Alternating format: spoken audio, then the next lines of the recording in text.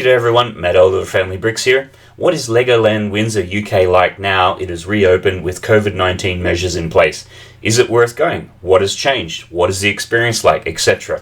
We'll cover this in the video and give our thoughts and first-hand experience as a family. This video is brought to you by McCatsim Holiday Homes in Margate and Broadstairs. Great for a week's holiday or a weekend escape, being just over an hour east of London, UK. Treat yourself to amazing sunsets, a Lego wall, or great food. Visit www.macatsim.com and mention this YouTube video and we'll look after you. We spent the day at LEGOLAND Windsor UK July 15th, 2020, a week and a half after it reopened. So it has had some time to bed in the new coronavirus safety guidelines. Technically, some fee-paying schools have finished. Other government schools had kids being homeschooled who may have ended up at LEGOLAND. It wasn't quite yet full-blown school summer holidays, but getting close. I think first up, we start running through what has changed. So what has changed?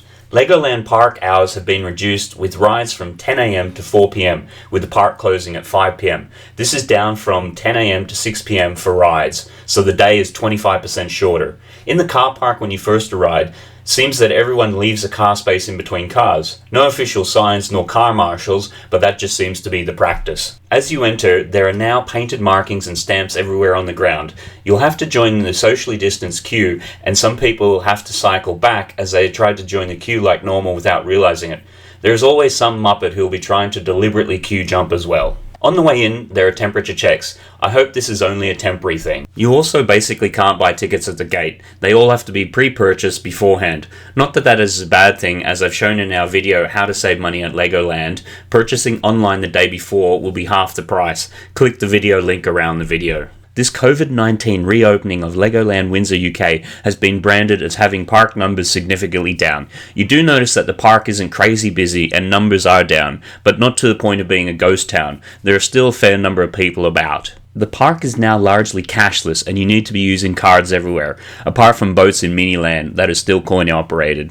There are space markings between people and arrows to keep left all over the place. People kinda keep to it and it does feel like a nice attempt, but more symbolic than anything else. You're at a theme park aimed at 2 to 12-year-olds.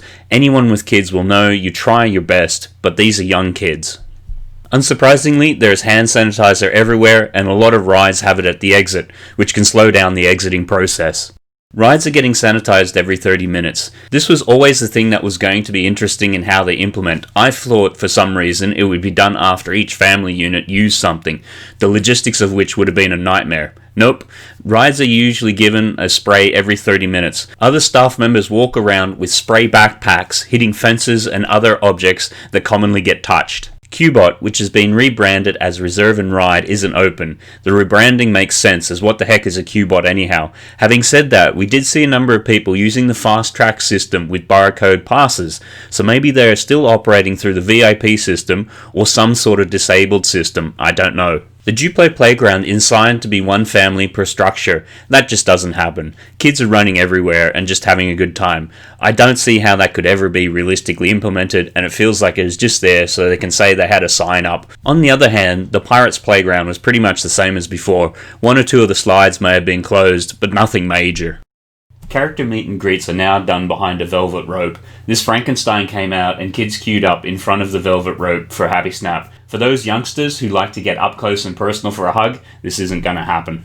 Food can be different. The pizza and pasta place has gone from a buffet to a set menu. To be fair, for about the same price, it felt it was about the same amount of food, just didn't have any salad however. The place is sparse, so don't know how they'll continue to make money. The place was refurbished just before lockdown, so has a fresh feel to it. Other food outlets, if they're open, generally have socially distanced queuing. The pirate ship only had people seated every other seated row. It makes sense, but means that the ride takes 50% less people. For the spider ride, everyone had to wear masks. It was one of the few rides that was compulsory. In general throughout the park, it felt like only a quarter of the people would be wearing face masks. Pretty much all the staff had masks, with some having full face shields. The car park exit has finally seen some common sense prevail. Previously, it would bottleneck you into a single lane to make sure you paid the car parking fee, which was always infuriating, as it would take up to an hour just to get out of the car park and pay. Here it was 2 lanes out with no car parking fee. I think this is wise, as leaving and then having to pay for the car park, given all the restrictions and things not being open, probably wouldn't go down too well and be a bit of a slap in the face. On the other hand, the car park would have made them a small fortune, and now that golden goose is gone. What is new?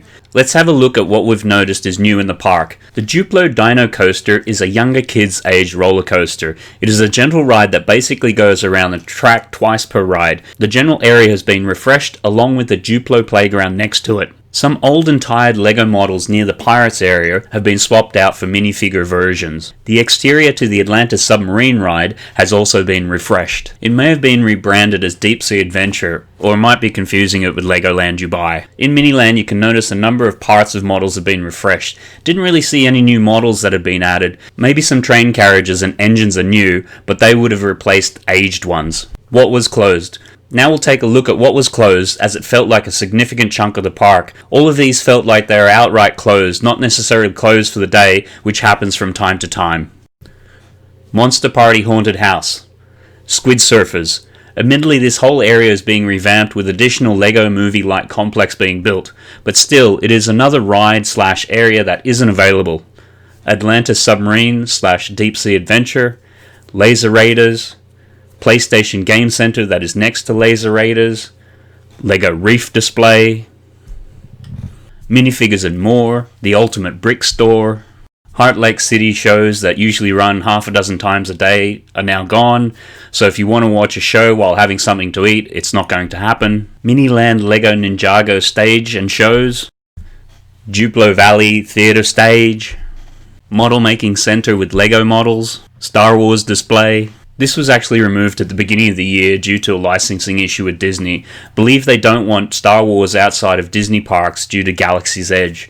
So believe Florida, California, and Tokyo Legolands all had their Star Wars exhibits permanently taken away this year. It was a good display and something else to look at, particularly if it was raining. Now it's just a closed space. Most LEGO retail stores in the park are closed. The Big LEGO store and the Ninjago LEGO store seem to be the only LEGO shops open in the park. The Big LEGO store was also annoying, as they had retired sets on display as if they are for sale, but when you ask, they're allegedly out of stock. If they're not for sale, just remove the things and don't have them looking like they are for sale, wasting everybody's time. Duplo Water Park is closed. To be fair, generally only open on hot days, but given the streams on the way down the hill are closed, I don't see this reopening. Hilltop Cafe was also closed. So there are a number of attractions that were previously in our top 10 things to do at Legoland Windsor, which a year on from when the video was made, are now gone. Links around the video for this top 10 video. Queue times.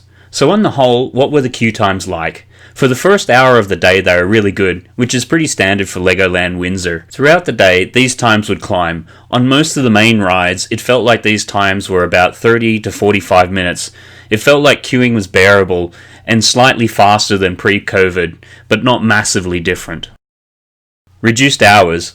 Viking Splash in particular had reduced hours. It didn't open till 12 and then closed at 4, so you only had a 4-hour window. We saw long queues and then 4 or 5 rafts go around completely empty. It didn't make any sense. The LEGO City Firefires was also frustrating. There would be lengthy queues but only one side open, thereby reducing ride capacity by 50%.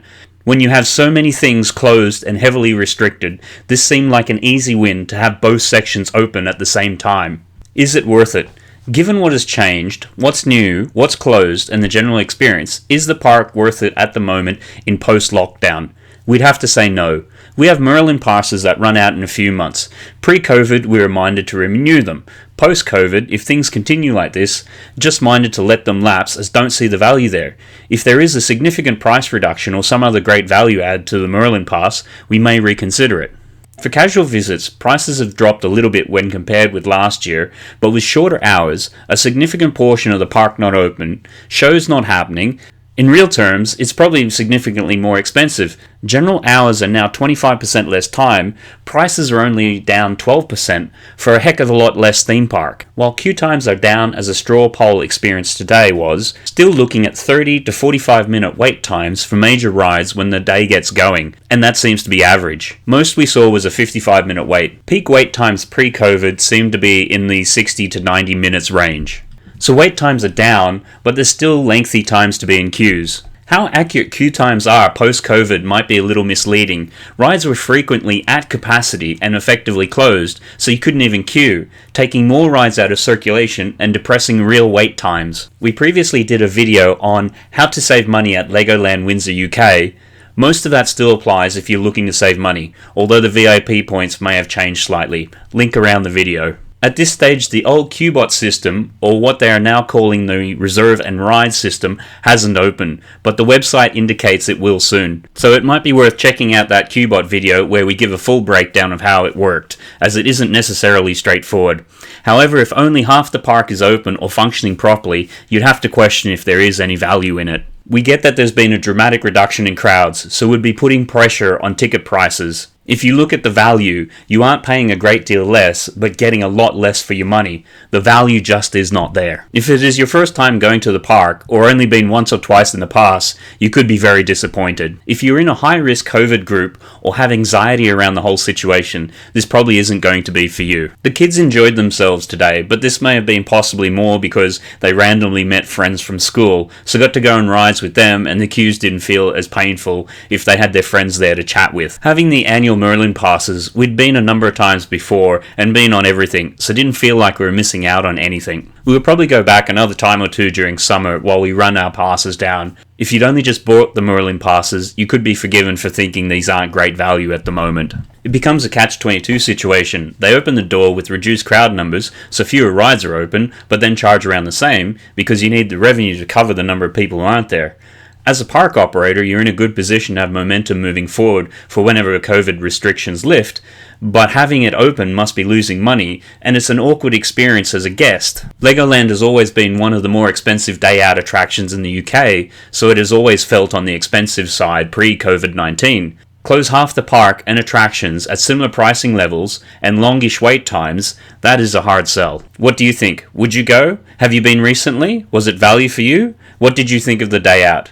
Would you be going again anytime soon? Have we managed to sway you one way or the other? Sound off in the comments below. We'd love to hear your thoughts and feedback. If you'd like to take a virtual tour of the whole park in under 3 minutes, be sure to check out our Do Not Go to Legoland Before Seeing This video. Or if you'd like to find more out about the holiday house with a Lego wall and theme, be sure to check out this video here. Alternatively, here are some other videos you might be interested in. That's it from us here at Family Bricks. Hit that thumbs up if you found something useful in this video. Until next time, when we talk about all things Lego and lifestyle.